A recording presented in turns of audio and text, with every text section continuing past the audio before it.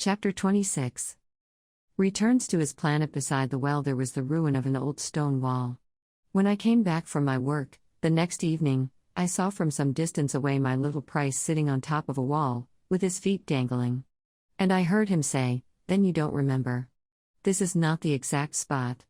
Another voice must have answered him, for he replied to it, "Yes, yes. It is the right day, but this is not the place." I continued my walk toward the wall. At no time did I see or hear anyone. The little prince, however, replied once again, exactly. "You will see where my track begins, in the sand. You have nothing to do but wait for me there. I shall be there tonight." I was only 20 meters from the wall, and I still saw nothing. After a silence, the little prince spoke again, "You have good poison? You are sure that it will not make me suffer too long?" I stopped in my tracks, my heart torn asunder, but still I did not understand. "Now go away," said the little prince. "I want to get down from the wall." I dropped my eyes, then, to the foot of the wall I leapt into the air. There before me, facing the little prince, was one of those yellow snakes that take just 30 seconds to bring your life to an end. Even as I was digging into my pocket to get out my revolver, I made a running step back. But, at the noise I made, the snake let himself flow easily across the sand like the dying spray of a fountain, and, in no apparent hurry, disappeared, with a light metallic sound, among the stones. I reached the wall just in time to catch my little man in my arms. His face was white as snow. "What does this mean?" I demanded. "Why are you talking with snakes?" I had loosened the golden muffler that he always wore. I had moistened his temples, and had given him some water to drink. And now I did not dare ask him any more questions. He looked at me very gravely, and put his arms around my neck. I felt his heart beating like the heart of a dying bird, shot with someone's rifle. "I'm glad that you have found what was the matter with your engine," he said. "Now you can go back home How do you know about that?" I was just coming to tell him that my work had been successful, beyond anything that I had dared to hope. He made no answer to my question, but he added, "I, too, am going back home today." Then, sadly it is much farther. It is much more difficult. I realized clearly that something extraordinary was happening. I was holding him close in my arms as if he were a little child, and yet it seemed to me that he was rushing headlong toward an abyss from which I could do nothing to restrain him. His look was very serious, like someone lost far away. "I have your sheep. And I have the sheep's box. And I have the muzzle," and he gave me a sad smile. I waited a long time. I could see that he was reviving little by little.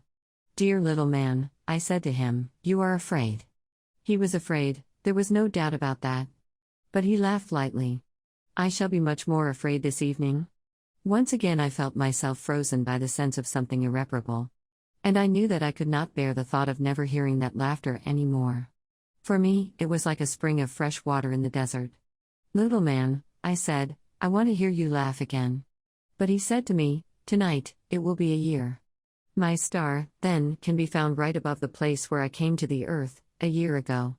"Little man," I said, "tell me that it is only a bad dream this affair of the snake, and the meeting place, and the star." But he did not answer my plea. He said to me, instead, "The thing that is important is the thing that is not seen." Yes, I know. It is just as it is with the flower. If you love a flower that lives on a star, it is sweet to look at the sky at night. All the stars are a bloom with flowers. Yes, I know. It is just as it is with the water. Because of the pulley, and the rope, what you gave me to drink was like music. You remember how good it was? Yes, I know. Yes, that is so, said the fox. But now you are going to cry, said the little prince. Yes, that is so, said the fox. Then it has done you no good at all. It has done me good, said the fox, because of the color of the wheat fields. And then he added, "Go and look again at the roses. You will understand now that yours is unique in all the world. Then come back to say goodbye to me, and I will make you a present of a secret." The little prince went away, to look again at the roses. "You are not at all like my rose," he said. "As yet you are nothing. No one has tamed you, and you have tamed no one. You are like my fox when I first knew him. He was only a fox like 100,000 other foxes. But I have made him my friend, and now he is unique in all the world." And the roses were very much embarrassed. "You are beautiful, but you are empty," He went on. One could not die for you. To be sure, an ordinary passerby would think that my rose looked just like you minus the rose that belongs to me.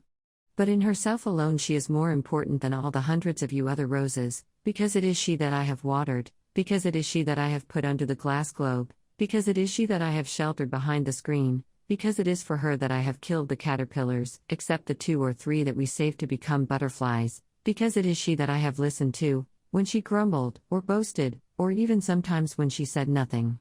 Because she is my rose. And he went back to meet the fox.